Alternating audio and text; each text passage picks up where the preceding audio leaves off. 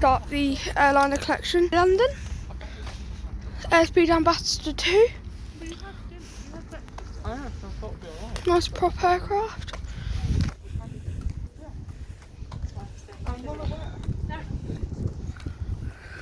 Very big. I've only ever been on a BA 777. That's all the aircraft I've been on. And it's to Phoenix, Arizona and back. Oh! What happened to the nose? Don't think it's meant to look like that. Because Viscount, British European Airways. Surprising how many airlines the UK had before it was like just BA.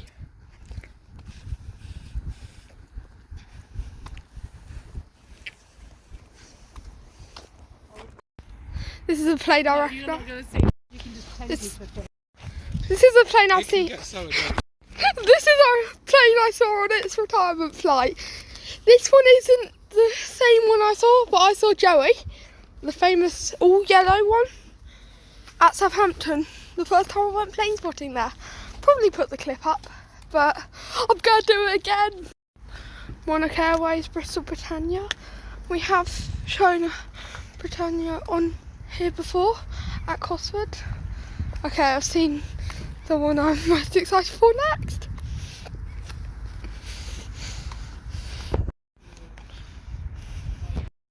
This is a special one.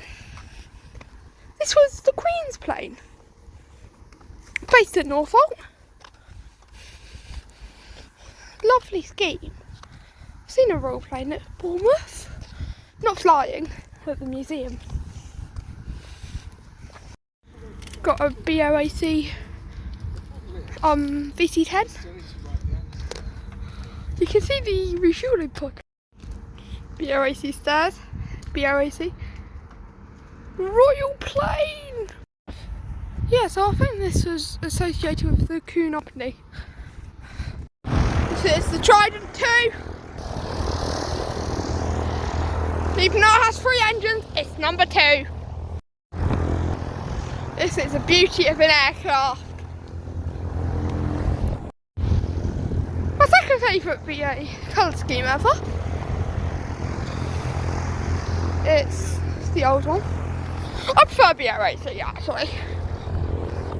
I just got really excited over this. British Airways tug. To see the pilot there.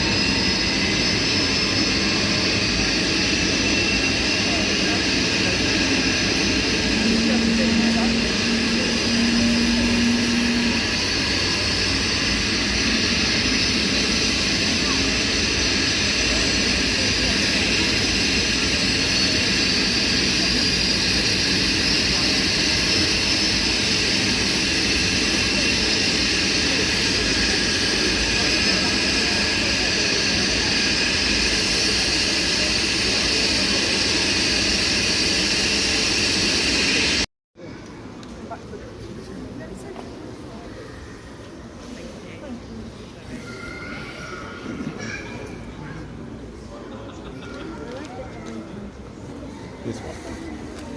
This big one. This one.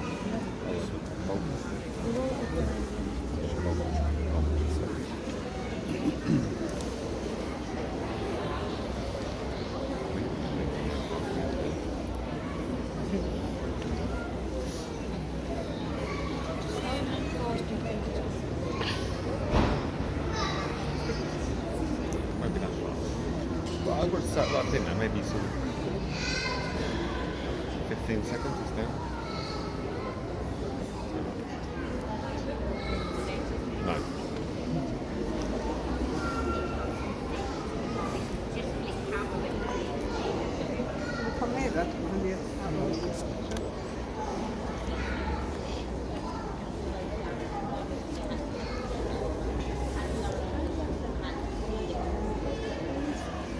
That one, or the orange one.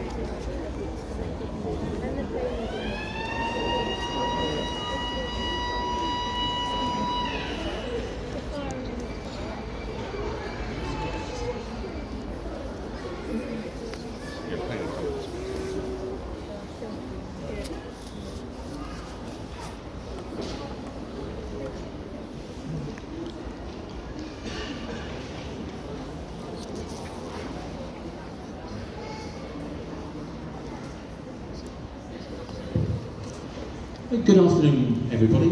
Welcome to today's demonstration by the Duxford Aviation Society of the Concorde nose lowering, or the nose droop as it's more correctly called. Before I begin, if you'll bear with me, just a very brief introduction to myself. I'm Mike. I'm a volunteer here with the Duxford Aviation Society. We're a charity and staffed almost exclusively by volunteers, and we own, maintain and display all the big civil airliners that you find here on the IWM's Duxford site. So Concorde, the programme was the result of a collaboration between British and French aerospace companies in the late 1960s.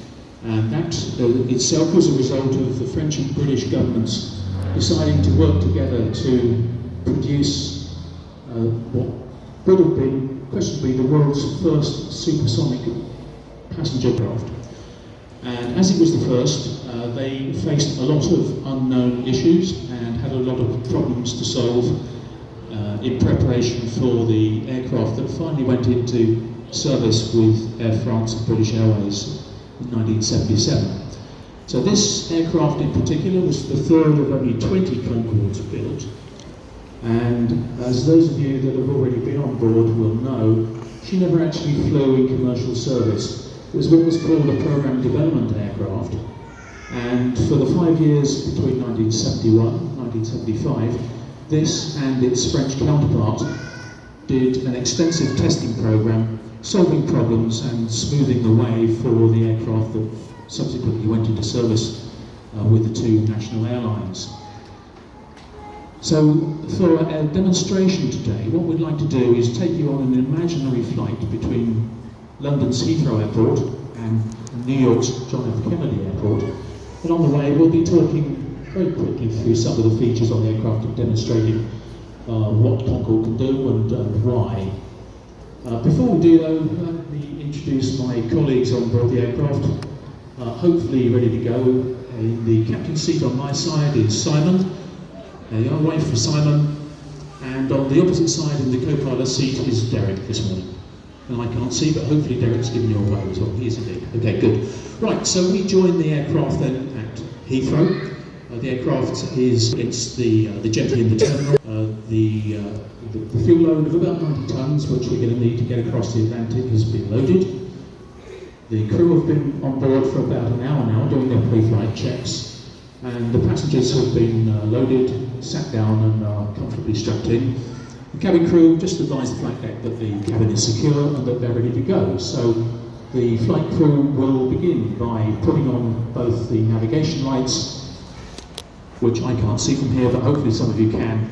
The navigation lights are on the wingtips, so red on my side on the port side and green on the starboard, and also the anti-collision lights, which you can see flashing at the wing root.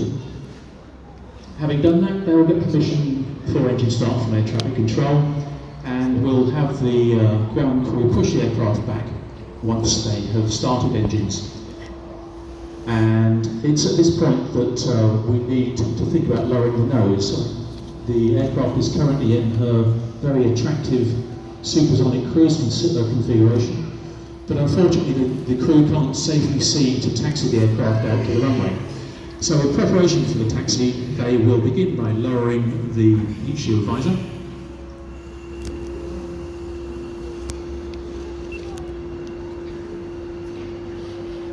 And then lowering the nose to the 5-degree down position.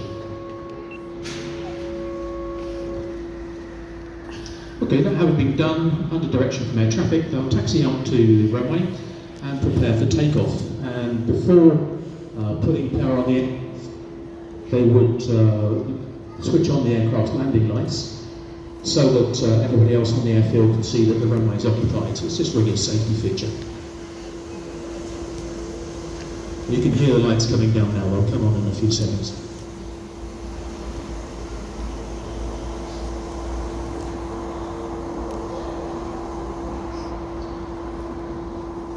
And having been given permission for takeoff by air traffic, the crew would begin by advancing the throttles up to full drive power. And as the aircraft goes through about 70 miles an hour, they'll engage the repeats. That's one on each engine, so the repeat afterburners come on in pairs and accelerate the aircraft rapidly up to its 250 mile an hour or thereabouts takeoff speed. The passengers during the reheat coming in would definitely feel a kick in the back. The aircraft is going to be going, by the time it gets airborne, certainly a lot faster than a Formula One car. The point possibly worth mentioning, the reheater afterburner, depending on which side of the Atlantic you come from, is a system that produces extra thrust from the engines during various phases of flight. It will add about 25% of the power that the engines normally produce, but it uses a huge amount of fuel. The system works by spraying atomised jet fuel into the hot exhaust gases at the back of the engine.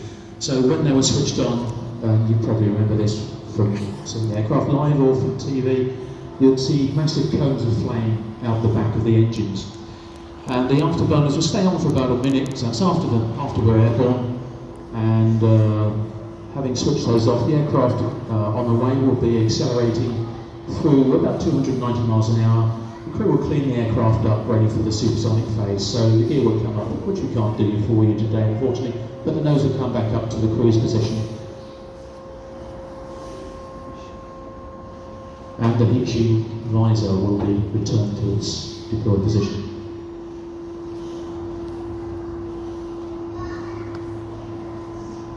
So having cleaned up, continue the flight and continue to climb the aircraft under direction from air traffic, but we'll accelerate, although stay subsonic, all the way out to our supersonic climb point over the Bristol Channel.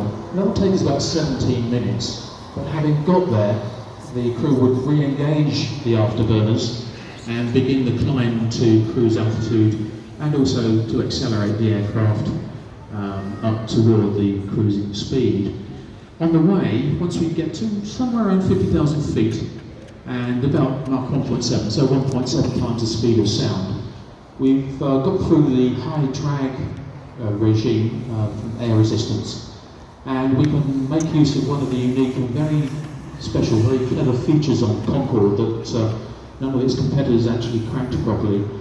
The computer-controlled intake ramps at the front of the engines will actually slow the air which is travelling over the aircraft at supersonic speed down to a subsonic speed for delivery to the engines. And what that means is the engines can operate in their normal mode, and we can continue to accelerate up to a cruise speed of just over twice the speed of sound, about 1,350 miles an hour, and a cruising altitude of about 60,000 feet, all without using the afterburn. So we've used the afterburn for about 9 minutes and a total of 3.5 hours flight, which is very helpful in terms of fuel consumption.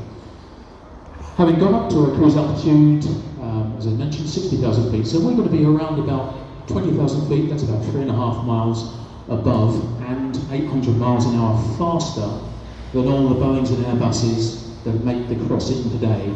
So this aircraft, when she was designed in the late 1960s, was doing something that's never been repeated. Quite an impressive piece of engineering in her day and even now.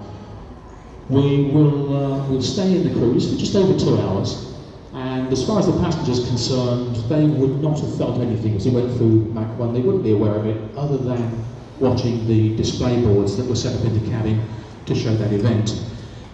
What we have done, however, is on going through the speed of sound was to create a sonic boom, and that actually trails us all the way across the Atlantic whilst we're supersonic. And because of the noise it makes, Concorde was not allowed to fly supersonic over land. And in actual fact, I would suggest that this was one of the reasons that stopped the aircraft fulfilling its full commercial potential. There had been quite a few orders for it, but once the sonic boom issue was fully recognised, a lot of those orders were cancelled, hence only the 20 aeroplanes built. So, 2 hours in the cruise, and when we get to around about 150 miles off the coast of the North American mainland, in order that we don't drag that supersonic boom with us over to our Canadian and American buddies, the crew start to slow the aeroplane down, such that by the time we're just 50 miles from the coast, we're subsonic again, and we're not making that boom. At that point, we'll start into the descent, and in preparation for the landing, which will be some 25 or so minutes away, the crew would find it very useful to be able to see where they're going again. So once again, they'll lower the heat shield visor.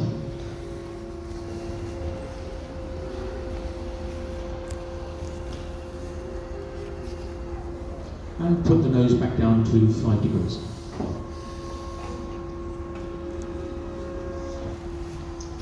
That having been done, continue the descent down towards JFK. We'll be slowing the aircraft as we come down the descent from our cruise speed of 1350 to, by the time we get on to the longer approach at JFK, about 215 miles an hour. The required amount of lift to be produced will have to progressively lift the nose of the aircraft above the horizon. In a conventional aircraft, you probably would have seen the slats and flats on the wings, which enable the aircraft to fly slowly, get around a lot more lift at slow speed to enable a nice safe and slow landing. Unfortunately, Concorde was never fitted with these in order to avoid complications that they would produce during supersonic cruise phase. So the only way is to get that lift is to lift the nose. By the time we are close to touchdown, the nose will actually be about 12 degrees above the horizon. By that time, of course, the 5-degree nose position is no good to them. The crew can't see where they're going. So the aircraft was equipped, in this case it's unique, with a 17.5-degree nose down position, which I'll probably demonstrate for you now.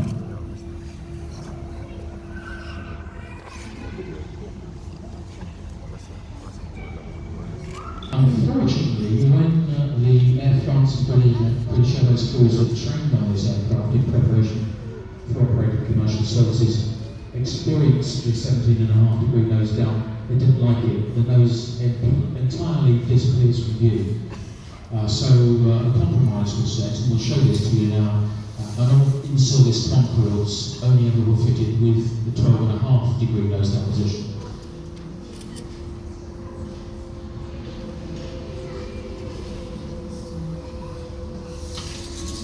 So that's how Concorde's sort of looked in service with British Airways and Air France.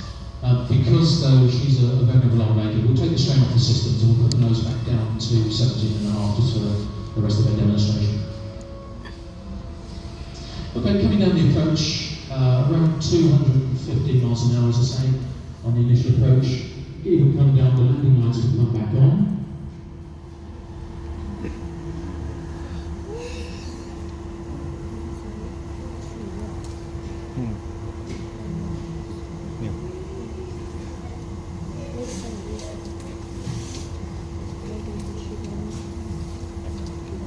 And by the time we touch down, we'll be travelling at about 180 miles an hour, which is quite fast for an airline. It's probably about 50 miles an hour faster than most of the aircraft will do today.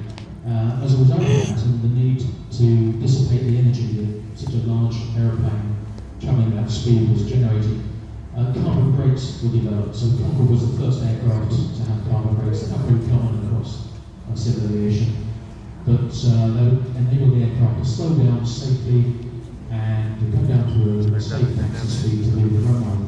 At that point, the crew would switch off the landing lights and turn on the taxi lights, effectively when it's dark or foggy, just to help guide them back toward the terminal.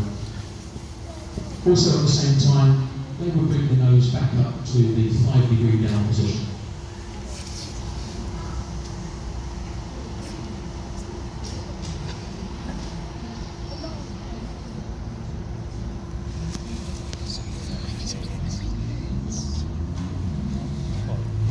And once we reach the terminal with the nose in that position, the aircraft will be prepared for disembarkation. So the cabin crew will be very busy helping the passengers get themselves ready. Whilst the flight deck crew would be cleaning the aircraft up, switch off all the lights, bring the nose back up to the Supersonic streamline position.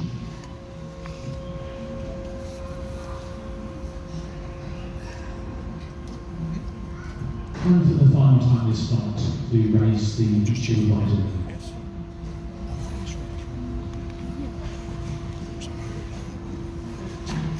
There we are, we're in New York. We finished our demonstration for you this morning. Hope you've enjoyed it. Thanks very much for attending. We have 3 other aircraft open in the hangar. Please take the advantage of going aboard. They are free. Have a chat with their stewards with any questions. And thank you very much for watching.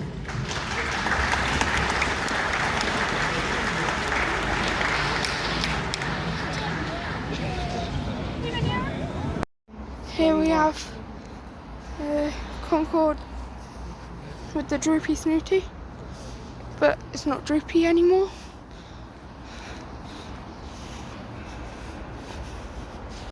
Aerospace France and BOC and Concorde. This is the world's first jet liner, the de Havilland Comet, also owned by the Airliner Collection, BOAC. Up here we have the de Havilland Dove above the de Havilland Comet, so both the de Havillands in the Airliner Collection.